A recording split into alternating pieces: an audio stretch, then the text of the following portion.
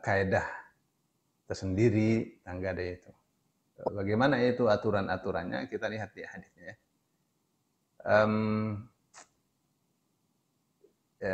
Hadisnya nomor 735. An Abi Hurairah radhiyallahu anhu, dari Abu Hurairah radhiyallahu anhu. Qala, ia mengatakan, qala Rasulullah sallallahu alaihi wasallam, Rasulullah sallallahu alaihi wasallam bersabda, "Adh-dhahru yurkabu binafaqatihi." Ya. Punggung dinaiki dengan nafkah dia, ya, dengan biaya dari dia. Idza kana marhunan, apabila dia digadai. Apa yang digadai? Yang digadai kuda. Ya, yang digadaikan kuda. Ya. Nah, kudanya ini boleh dipakai ya oleh yang memberikan apa istilahnya? Oleh pegadai ya. Ya, jadi dia boleh memakainya ya, tapi kuda itu dia harus kasih makan. Ya. Wa banud darri yushrabu binafaqatihi idza kana marhunan. Ya, susu juga itu,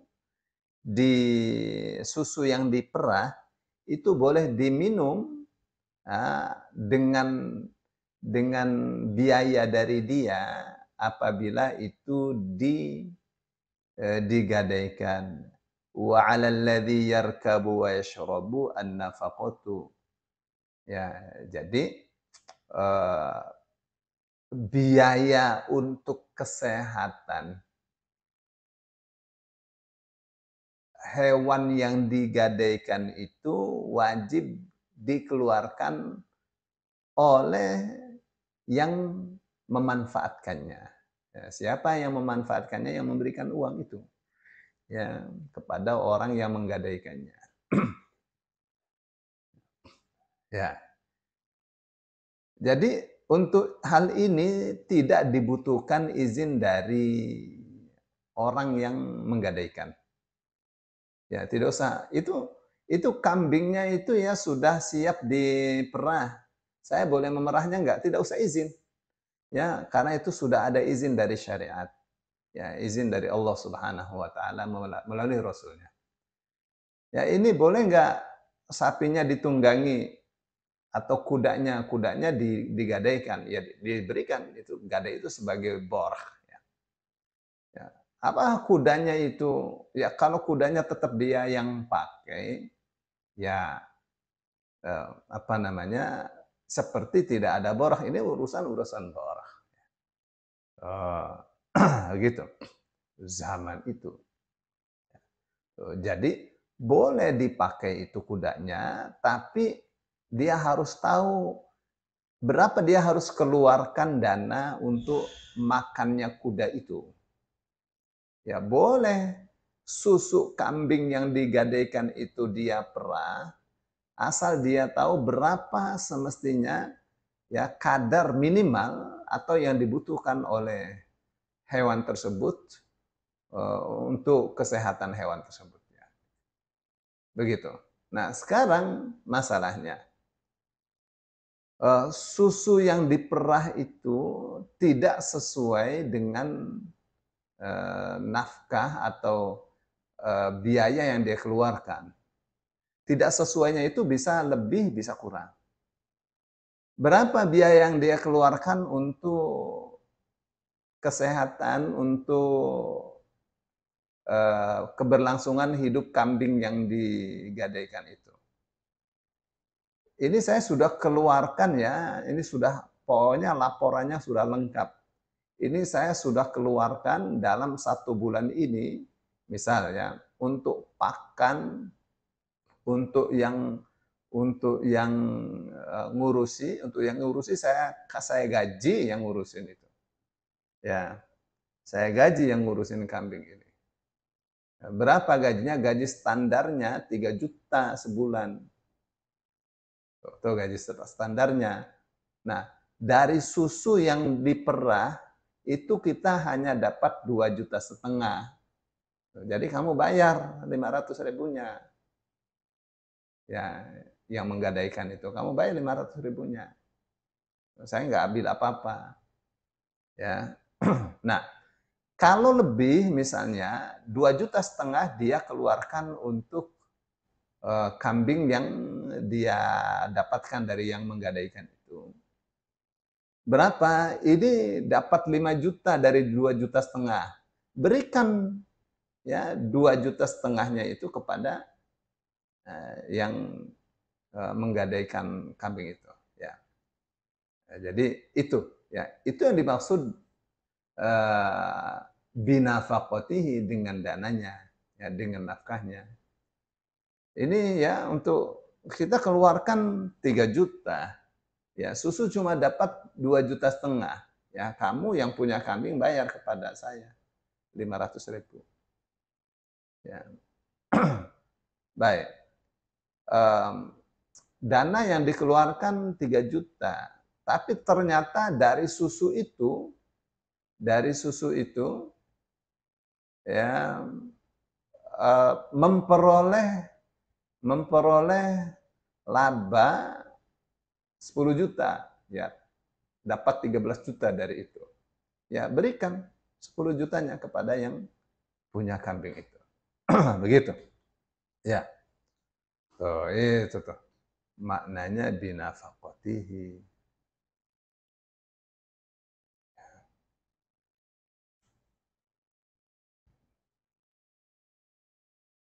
Ya.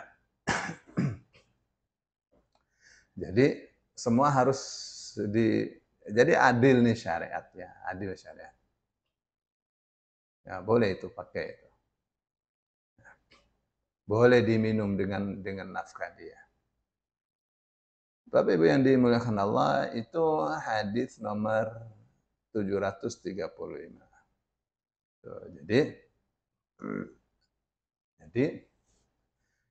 barang yang digadaikan tidak boleh berkurang nilainya, ya, karena digunakan. Ya. Itu ya. Tuh.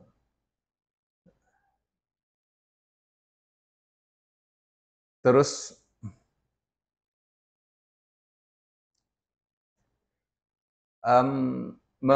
sekarang yang digadaikan kuda misalnya. Berapa harga kudanya ini? Harga kudanya 300 juta. Ya. Harga kuda 300 juta, yang apa namanya, yang hutangnya 100 juta. Harga kuda 300 juta. Nah, terus terjadi misalnya ya, akadnya sudah jelas ya, akadnya sudah. Pokoknya kapan ada uang saya langsung bayar itu 100 jutanya. Jadi tidak dibatas oleh waktu. Nah, terus yang memberikan uang dia katakan harus dibatas oleh waktu. Ya, supaya kita bisa dapat faedah ya dari kuda ini. Baik. Nah, itu kuda itu terus dia bisa lakukan semacam kesepakatan. Ya, untuk meringankan kamu, kuda ini boleh saya kelola untuk dapat uang. Dia katakan, iya boleh. Baik, saya sewakan boleh? Boleh, karena ada orang yang mau menyewa. Ya, untuk latihan misal. Untuk latihan kuda, latihan berkuda. Baik. Dia sudah hitung. Ini dalam 3 bulan ini bisa dapatkan 100 juta. Baik, setelah 3 bulan dapatkan 100 juta. Nah, ongkos dia untuk memanage ini 50 juta. Ya. Pokoknya bersih labanya 50 juta. Nah, nanti dari laba itu di awal harus ada kesepakatan. Ya. Yang punya kuda dapat 30 misalnya. yang mengelolanya dapat 70. Ya udah berarti eh, berapa tuh? Jadi dapat 15 juta dia, ya, sementara yang 35-nya untuk yang kelola. Misal, ya seperti itu. Ya. Supaya semuanya berjalan dengan adil. Sekarang dia ya hutangnya 100 juta. Dari menyewakannya itu dapat 300 juta. Ya, bersih 200 juta. Ya udah bagi. Ya, dibagi. Tapi kesepakatan itu harus dari awal. Nah, bagaimana kalau tidak dari awal? Aturannya tetap, ya, aturannya tetap. Itu boleh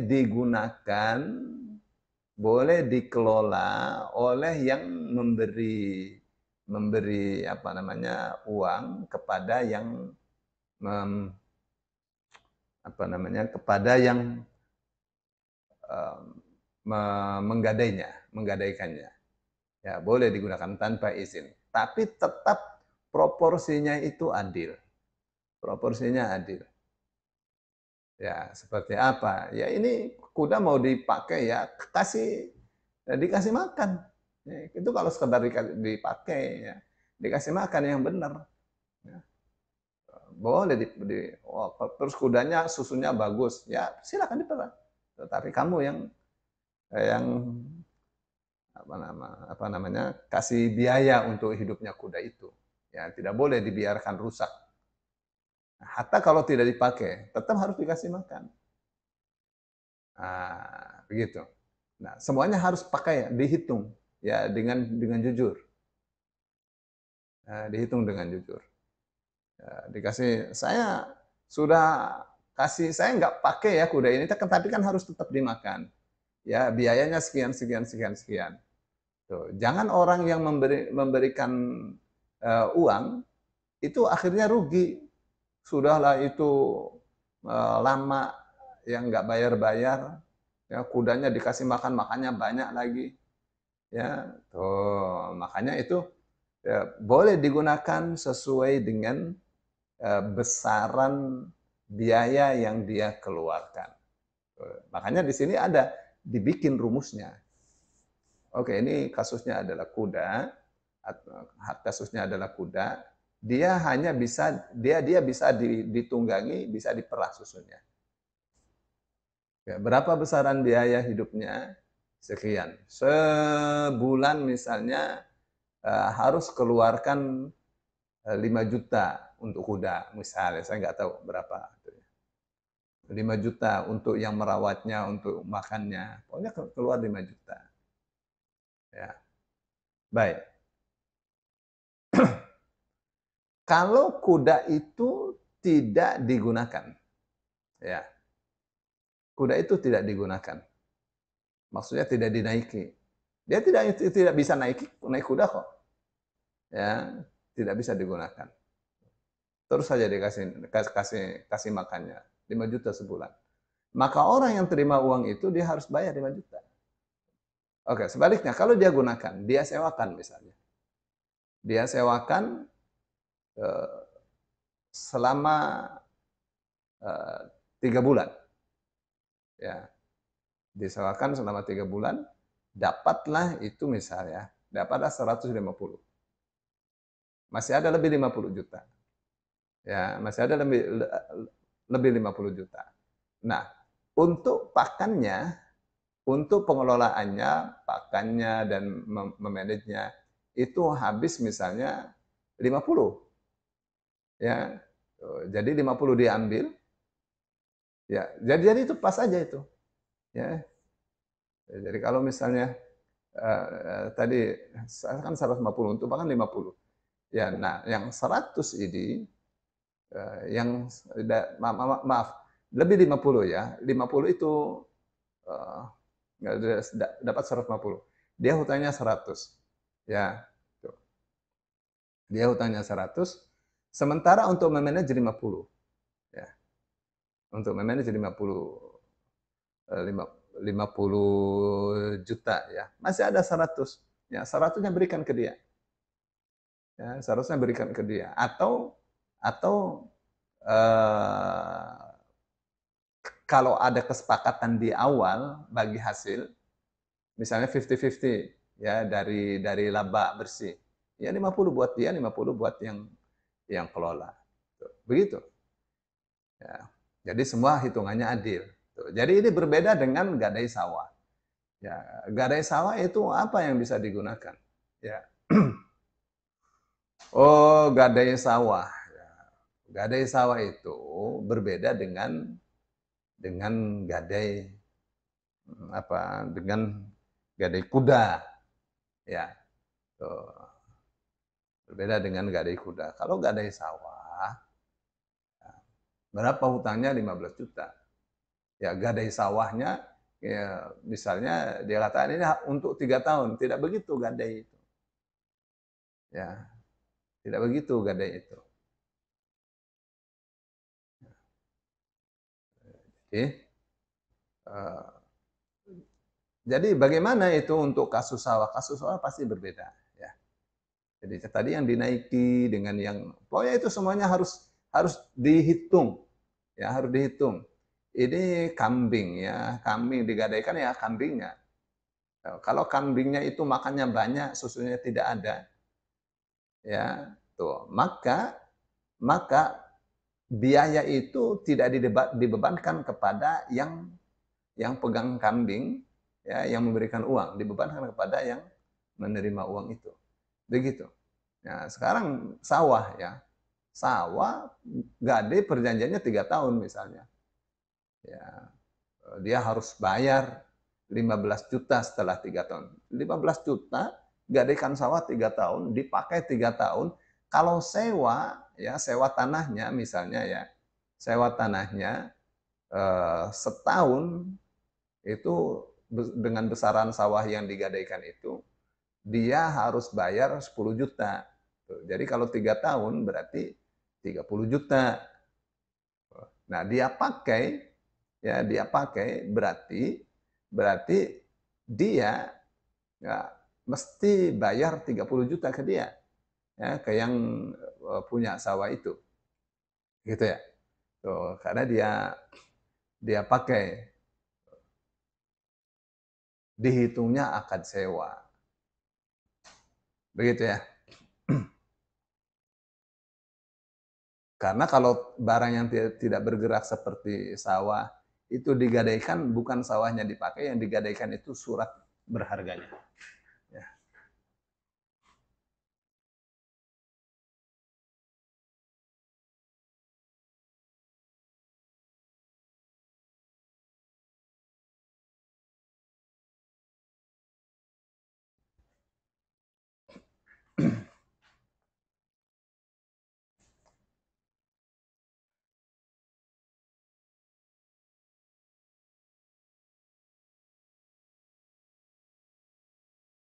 Baik, di sini ada keterangannya. Amma idza lam yafil labanu wa sara aqalla minan nafaqati raja'al murtahinu bihi, ya, murtahanu bihi 'ala ar-rahin in nawar ruju' 'alaihi amma idza kana mutatawwi'an bizaidin nafaqati fala yarji. Ya, sekarang ya.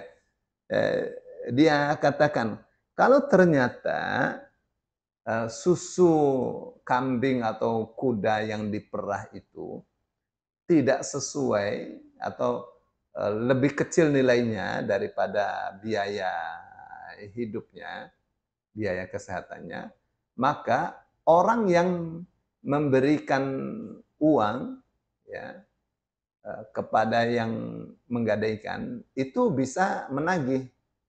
Ini ya susunya, ya susunya saya keluarkan dana untuk hidup dia selama 1 bulan itu 3 juta. Tuh, tapi nilai susu yang diperah ya di pasaran umum itu cuma 1,5 juta. Ya, kamu bayar ya 1,5 jutanya. Ya, saya tidak hitung untuk ininya lah, untuk yang pelihara saya sendiri misal. Saya tidak bayar orang. Kamu bayar 1,5 juta. Kecuali kalau dia mau mau sumbang, udah nggak usah dipikir, biar. Ya. Oh, tapi itu berat. Ya. Sudah duitnya dipinjem, kambingnya makannya so-so, kambingnya makannya banyak, susunya dikit. Ya, sudah makan tempat dan seterusnya. Ya.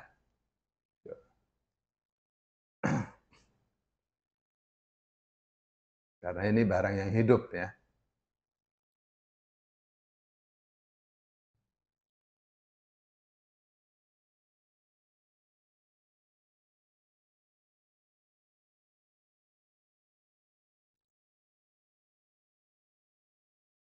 Ya, tuh. Jadi orang yang menggadaikan barang, dia juga harus memikirkan, iya ya, capek juga itu.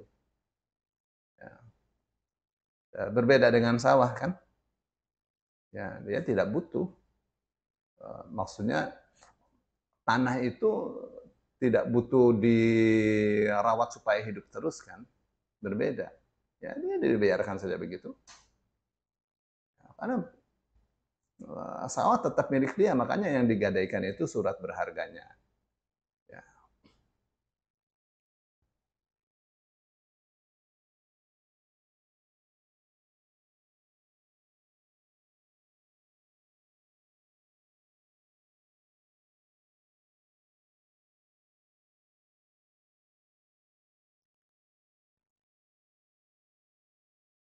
ya. Jadi uh, ada tiga ya, ada tiga asas di sini. Pertama asas keadilan. Ya, supaya apa? Supaya yang menggadaikan ya dan yang menerima gadai itu sama-sama tidak rugi. Ya, sekarang yang menerima gadai dia pelihara itu barang yang jadi bor tadi itu. Nah, untuk pemeliharaan tuh ada ongkosnya, mesti bayar dia. Ya, mesti bayar dia. Gitu ya. Untuk pemeliharaan ada ongkosnya. Dia mesti bayar ongkosnya itu. Ya, karena Al-Qur'an mengatakan hal jazaa'ul ihsan illa ihsan. Kecuali kalau dia mau sedekahkan saja nggak apa-apa. Ya, itu satu ya. Terus yang kedua ya eh, tentang asas eh, pemuliaan atau asas kemuliaan. Nah, di dalam Islam binatang atau hewan itu dimuliakan. Jadi bukan dia itu dijadikan borah untuk gadai terus tidak diurus, harus diurus. Ya, harus diurus. Ya. Ya, bagi yang memilikinya maka hak kepemilikan, ya bagi yang menerima gadai dia harus bertanggung jawab atas barang yang dia terima. Nah, sekarang dia tidak memakainya, ya. Ya, dia dapatkan kudanya, tidak tidak dia pakai, susunya juga dia tidak perah. Ya. Jadi bagaimana itu? Ya, jadi dia tidak dapat manfaat apapun. Ya, ya jadi bagaimana itu? Maka maka biaya untuk hidup kuda itu dari yang menggadaikan barang. Ya. Sekarang apakah ini bisa dikias ke sawah? Bisa. Ya. Jadi sawahnya itu dipakai oleh orang yang menerima bor. Ya. Sawahnya itu dipakai oleh orang yang memberikan uang kepada yang menggadaikan itu. Baik, dipakai ya sawahnya itu. Nanti dihitung ya, dihitung biaya dia selama uh, misalnya sekali panen dapat 100 ton ya. Satu tonnya misal 1 juta dapat 100 juta.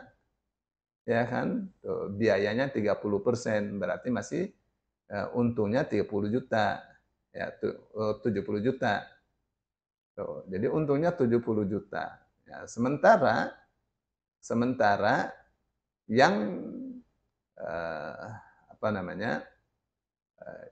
Yang dia memberikan uangnya hanya 50 juta. Tuh Mas, jadi masih ada 20 juta itu, ya lebihannya. Tuh, 20 juta ini dia bisa bagi untuk dia 70, untuk yang punya sawah 30. Ya, untuk itu 30%. Ya, dari 20 itu. Begitu ya. Itu namanya kias.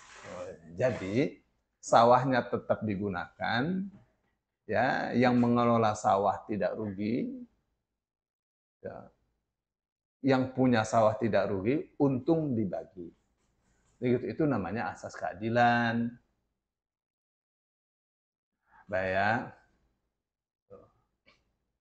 Sekarang itu yang digadaikan suratnya saja, ya. Itu yang digadaikan suratnya saja. Ya. Itu tidak dapat manfaat, ya, yang memberikan uang itu. Ya. Tidak dapat manfaat. Jadi bagaimana itu? Ya udah, kalau suratnya saja nanti kesepakatan. Ya, berapa lama ini? Ya, ini saya mau untuk 3 tahun. Baik, kamu mau hutangnya berapa? Mau mau gak, apa namanya, gadaikan sawah ini berapa lama? Ya, misal ya, kesepakatannya, misalnya 1 tahun. Baik, kamu butuh berapa? 100 juta. Baik, ini saya siapkan 100 juta, tapi dari emas ya, dari emas. Saya akan belikan emas, nanti saya jual emas itu. Nah, dilihat, ini harga emas sekian. Ya, jadi 100 juta itu 100 gram. Baik, nanti nanti begitu sudah 1 tahun dia bayar. Ya, bayarnya berapa? Bayarnya 100 gram. Ya, saya tidak punya emasnya, ya beli sana. Ya, beli sana. Bisa jadi, bisa saja ya, dia beli emas nih 100 gram. Terus saya beli dengan harga 105 juta. Nih 100 gram, silahkan diberikan emasnya. Nah, nanti kamu kembalikan kepada saya berupa emas lagi. Tuh, sudah 1 tahun, harga emas 100 gram, misalnya ya, itu 120 juta. Ya bayar. Ya. Oh rugi amat, ya udah emasnya, nggak usah uang, emasnya. Nah, dengan begitu yang menggadaikan, yang apa namanya, yang memberikan uang gadai itu minimal ya tidak terimbas oleh nilai fluktuasi rupiah, ya, tidak terimbas oleh apa itu namanya, inflasi. Ya, itu satu hal yang minimal ya. Baik, ini saya baca penjelasan ya.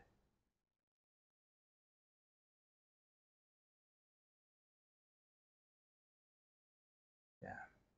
Intinya barang yang digadaikan itu jangan sampai dibiarkan tidak ada manfaatnya.